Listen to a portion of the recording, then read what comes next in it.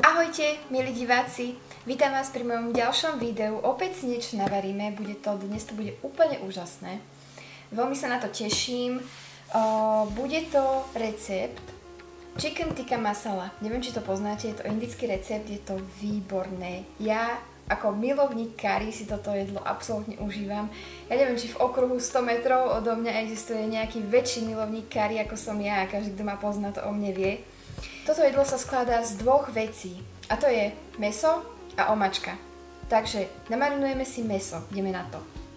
No, keďže je to Chicken Tikka Masala, potrebujeme chicken, opäť stačia 2 kuracie prsia, ktoré si umyjeme a nakrájame. Opäť na malé kocky, na malé rezančeky. Medzi tým by som chcela otvoriť jednu tému, a to je šetrenie v domácnosti. Šetriť treba, myslím, že veľa slovenských domácností to vie a robí. Ušetriť sa dá na oblečení, na hračkách, ja neviem na čom všetkom. Horšie je už ušetriť na jedlo, pretože jesť treba. A keď ste rodina, my ako teda štvorčlenná, čo ja beriem ako organizáciu, kde treba všetko plánovať a vedieť dopredu, čo budeme variť, aby sme neboli hladní, aby deti neboli hladné. A aby to nestálo Mailand, tak musíme šetriť proste. Chcela by som prebrať nejaké tipy, ktoré pomáhajú nám ušetriť pár peňazí a popri tom jesť vyvážene, dobre a chutne. Takže ako prvý bod, várte doma. Prosím, várte doma. Je to to najlepšie, čo môžete spraviť pre vašu peňaženku, pre vaše zdravie. Nehovorím, raz za čas si objednáme nejaké jedlo, ale nie je to pravidelne. Keby to bolo pravidelne, tak by sme sa prosím neplatili. Určite by to stálo dvakrát toľko, koľko platíme teraz za potraviny. Takže várte doma. Ako druhý bod by som chcela povedať, várte z toho, čo máte doma. Čo je v špajzi, čo je v mrazáku, čo je v chladničke. Pretože ak vám niečo chýba, napríklad, ja neviem, citrón do omáčky alebo nejaké korenie, dajme tomu muškátový oriešok alebo niečo také, netreba ísť kvôli tomu do obchodu, dá sa uvariť aj bez toho oriešku, aj bez toho korenia. Pretože ako sa poznáme my ženy, prídeme do obchodu a už tam vidíme nejaké oblečenie pre deti, už tam vidíme, ja neviem, niečo v zľave, nejakú kozmetiku, už si povieme, že už potrebujeme toto, už potrebujeme hento. A nezostáva to teda pri tej veci, ktorú reálne potrebujeme, takže aj takto sa dá šetriť.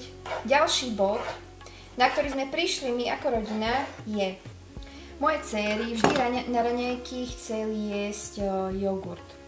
Ale to nebolo, že obyčajný smotanový jogurt, to bolo, že ten s tými lentilkami, ten s tými čokoládkami a tie najchutnejšie, najsladšie. A mne sa to nepáčilo. Samozrejme sú tam nejaké bielkoviny, ale stále je to za mňa proste sladkosť na raňajky. Takže sme prešli na to, že som začala kupovať veľký biely jogurt, napríklad tento, takýto, ktorý teraz použijem aj do tej marinády, používam to aj do dressingu, im to dávam na raňajky do mističky, oni si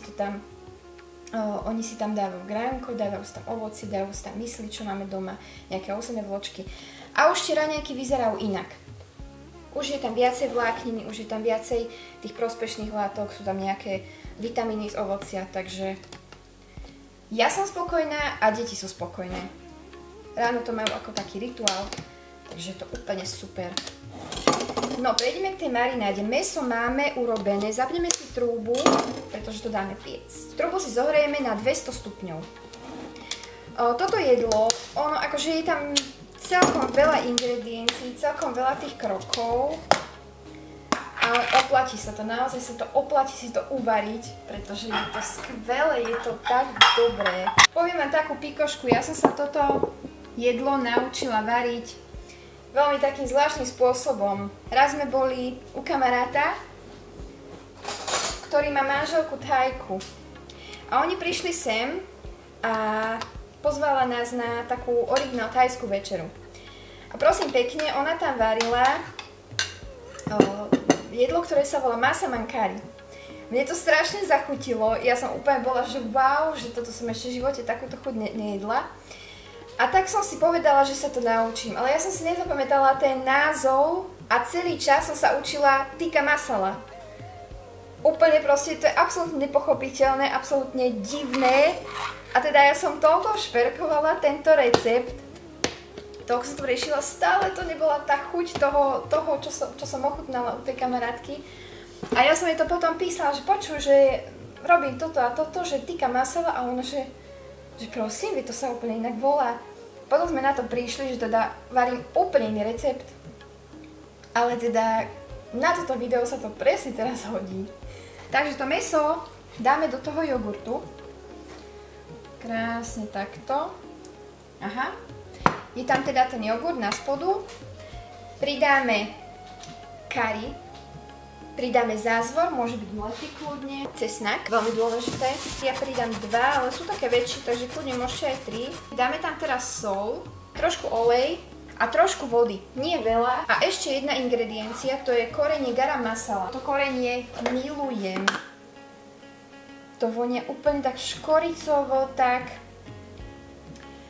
orientálne toto, akože, kde sa dá, tak toto používam.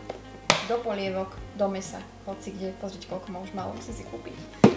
No, premiešame to, aby to bolo všade. Najlepšie je, keď si túto marinádu urobíte večer, aby bola celú noc v chladničke, vtedy tá chuť ešte intenzívnejšia, ešte lepšia.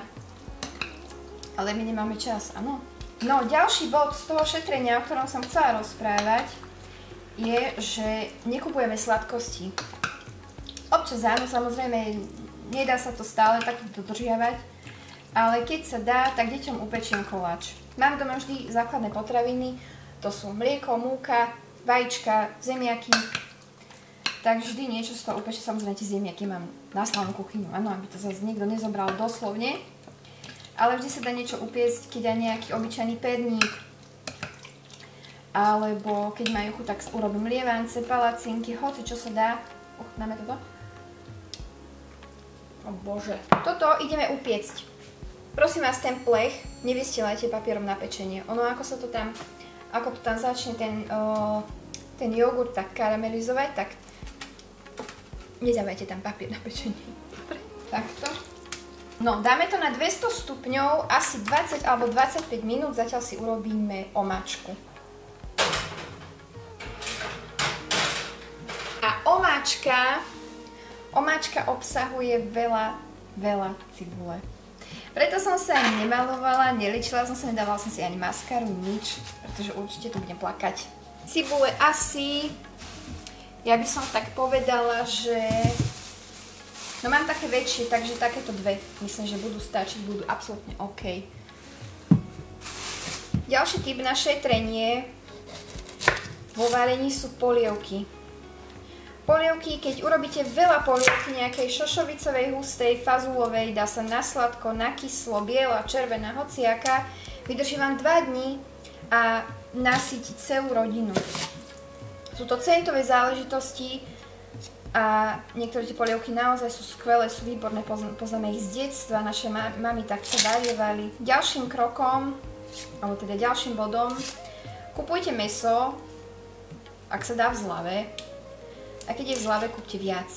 V mrazáku sa nepokazí, v mrazáku zostane niekoľko mesiacov a máte zásobu. Máte stále čo variť, stále čo vymýšľať. Ďalej. Ja varím tak, že vždy si spravím viacej prílohy. Pretože jeden deň napríklad spravím nejaké soté s kuracím mäsom alebo s bravčovým, spravím k tomu rýžu a tej rýži, keď mi zostane na druhý deň, tak môžem urobiť napríklad zeleninové risotto s vajíčkom, k tomu nejaká čalamáda a už máte plnohodnotné jedlo. Alebo keď zostanú cestoviny, tak už omáčku je najmenej spraviť na cestoviny. Toto je tiež jeden z mojich typov, ktoré robím pravidelne. Že vždy tej prílohy si spravím viac, nech to nemusím robiť zase ten ďalší deň, pretože zase ďalší deň aj tak budem robiť niečo s tou prílohou. Alebo proste s nejakou prílohou. No ďalej by som spomenula sezónne potraviny. To znamená, že v zime nebudem kupovať jahody, ktoré sú dovezené, alebo maliny, kúpim to, čo je. Napríklad v zime my aj nekupujeme paradajky, pretože nemajú chuť. To sú to zbytočné vyhodené peniaze, pretože tie paradajky sa nezjedia. Takže kupujeme to, čo je. Napríklad na jeseň teraz sú slivky, sú Hokkaido tekvice alebo rôzne iné tekvice. Takže varíme z toho, čo je. Vtedy to vychádza lacno. No vlastne to aj k tomu obdobiu aj patrí. Dobre, cibulu máme nakrájanú. Dáme to na olej. Obyčajný repkový olej a trošku viac. No tak dáme ešte trošku viac. Takto. A zapneme to. Stačí na 9. No, tej cibule je viac. Je veľa. Myslím, že až príliš. No, možno trošku menej dajte, alebo väčšie hneď. Meso sa nám robí. A teraz táto cibula musí byť trošku, musíte mať pri nej trošku trpezlivosti, pretože ona musí byť taká až hnedá.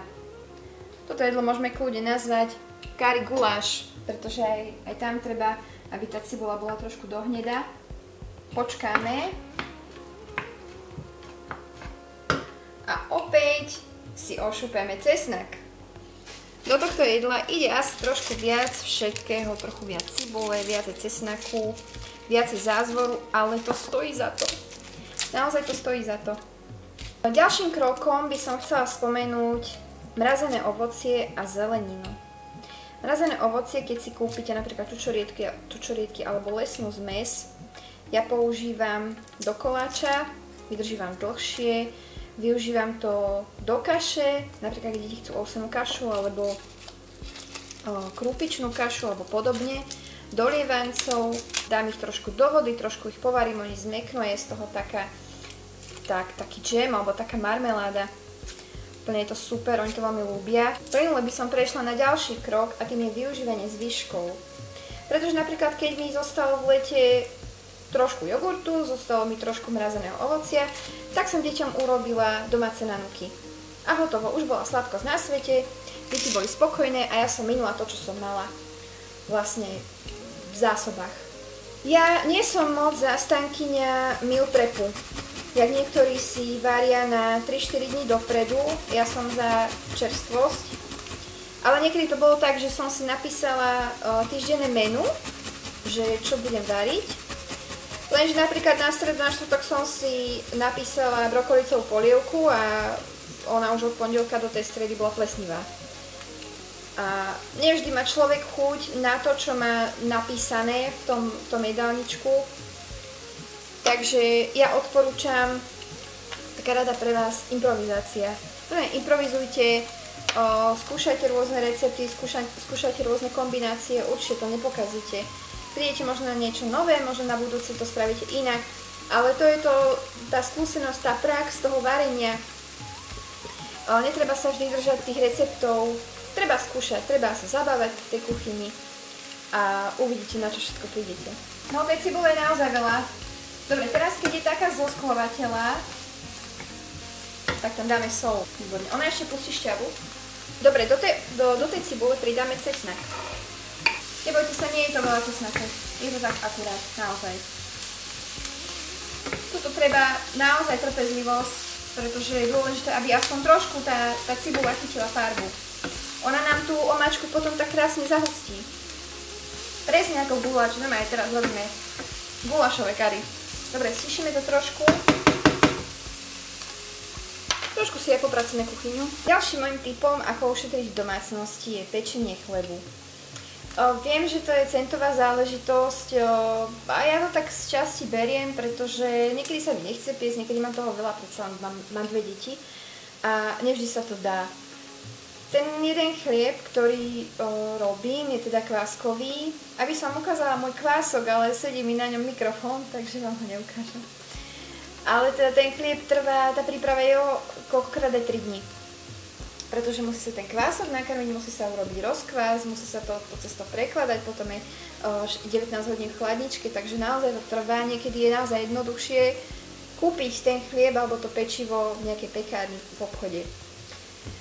Ide ale o to, že mňa to baví. Baví ma to veľmi.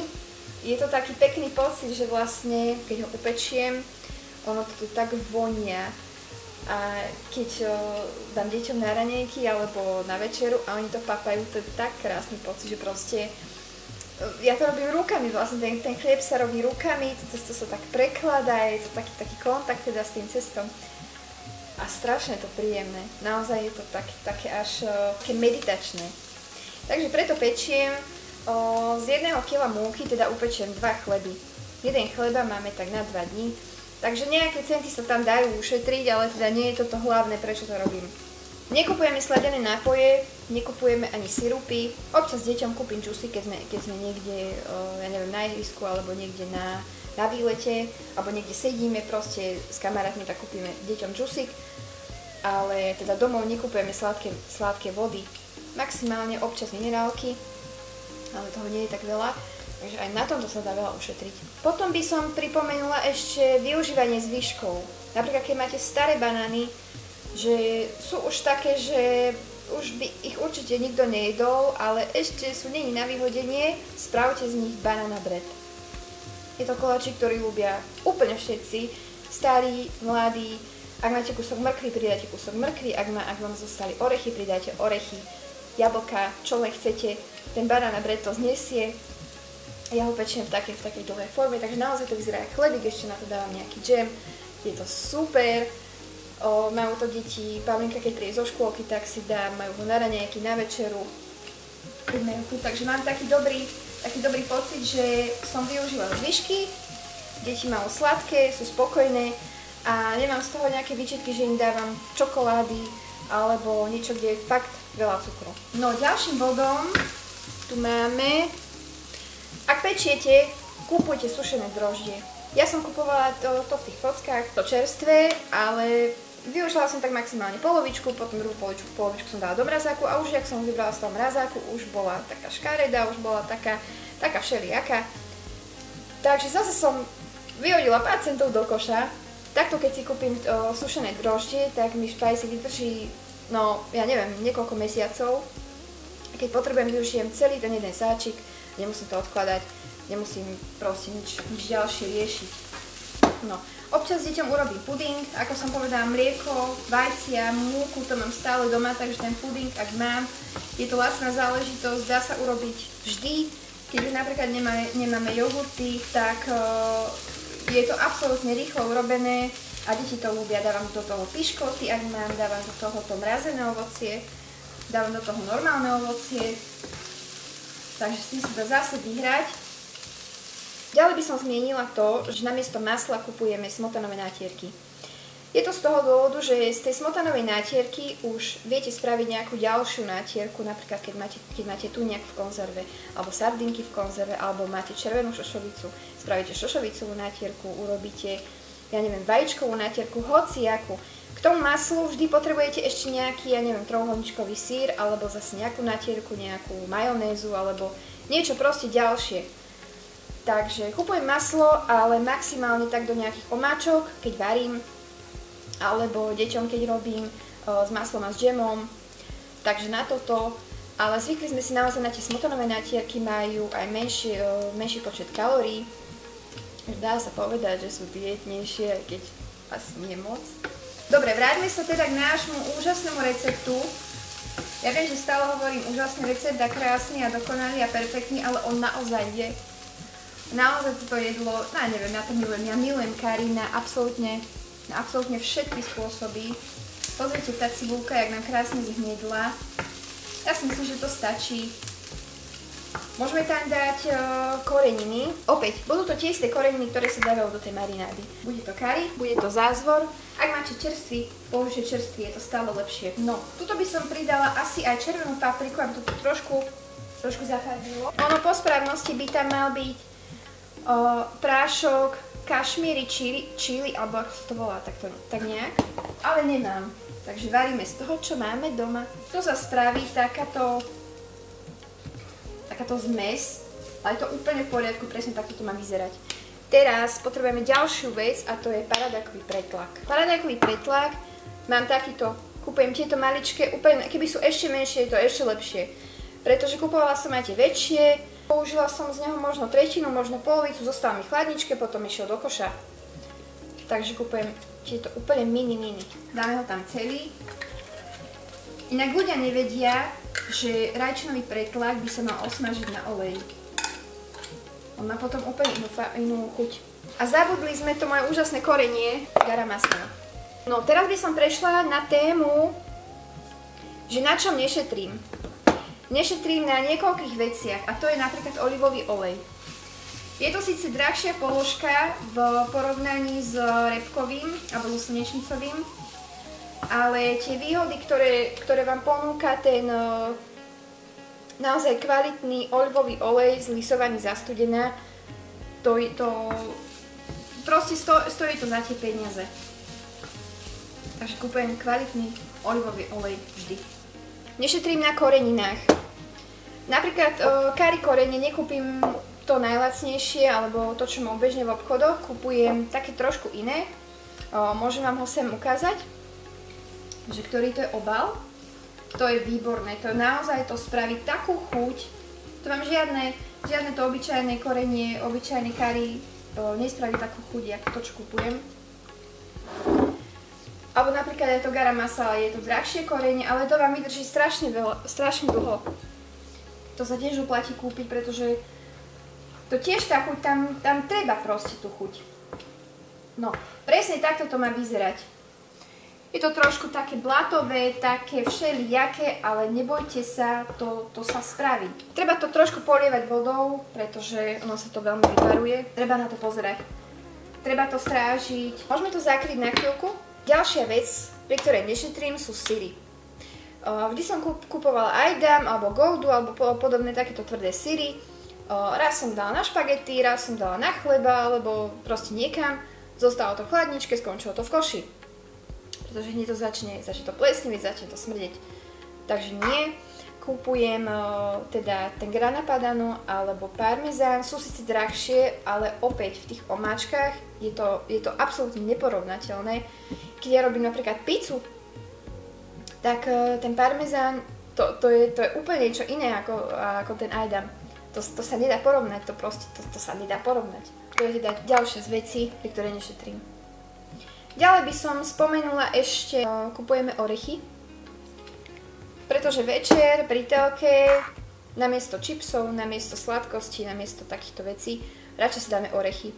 Lebo sú síce kalorickejšie, je tam veľa tukov, ale je tam aj veľa zdravých, prospešných látok, ktoré sú dobré pre naše zdravie.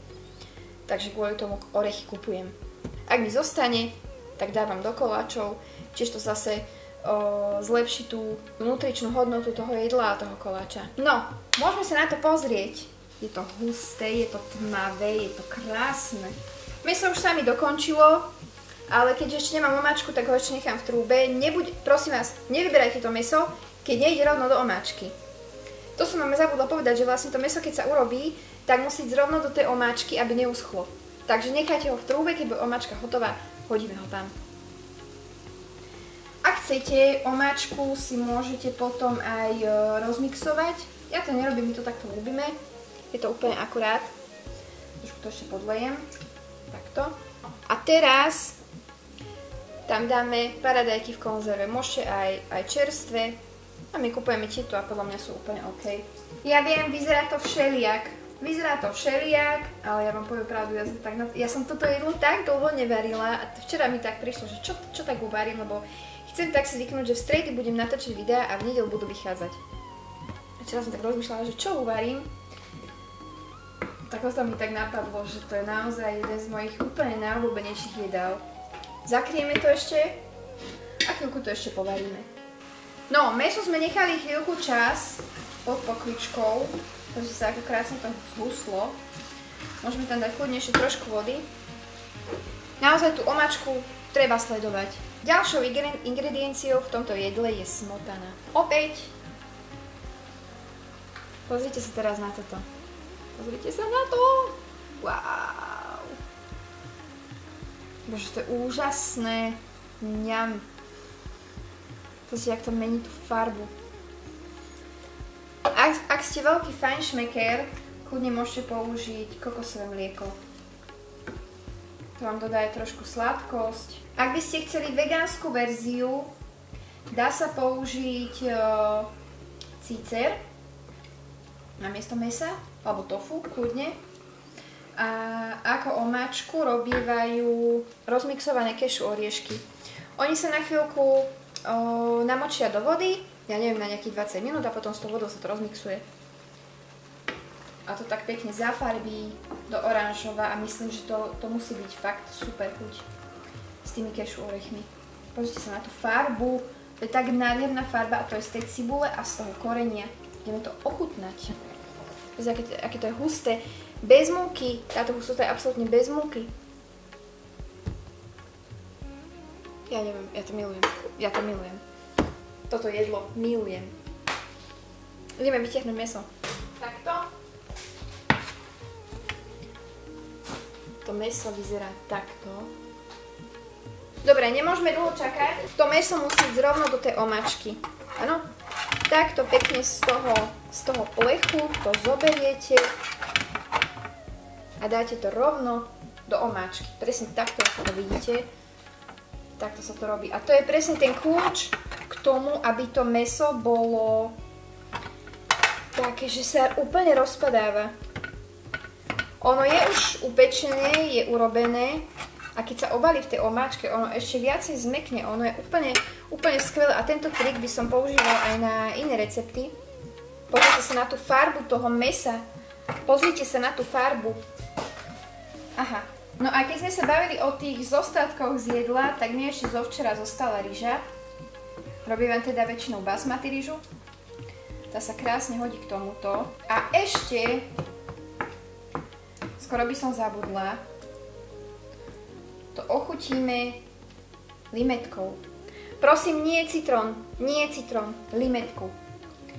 Citrón je taký veľmi kyselý do tohto a neúplne sa hodí. Tá limetka je taká viacej, tak ako keby v pozadí, alebo jak to povedať, že ona má takú lepšiu chuť a na toto jedlo sa viacej hodí. No, dáme tam tú limetku, stačí polovička, dobre? Ono to ešte zriedi tú omáčku, pridá takú kyslosť, tak úplne to vyváži tú pikantnosť a tú sladkosť tých paradajok a tej cibule. Prosím, vyskúšajte tento recept. Ak máte radi kári, vyskúšajte tento recept. Ja odvtedy, čo som sa naučila tento recept robiť, toto jedlo, tak každé jedno kári, ktoré robím vlastne týmto spôsobom. Že najprv dám cibulu, potom korenie, potom rajčinový pretlak, paradajky a potom teda to mäso. Lebo niektorí robia kári iba, že kuracie mäso, kári a smotana, ale naozaj treba tomu tej chuti dať taký priestor a taký čas. Čiže to finálne ochutnáme, či tam je všetko tak, ako to má byť.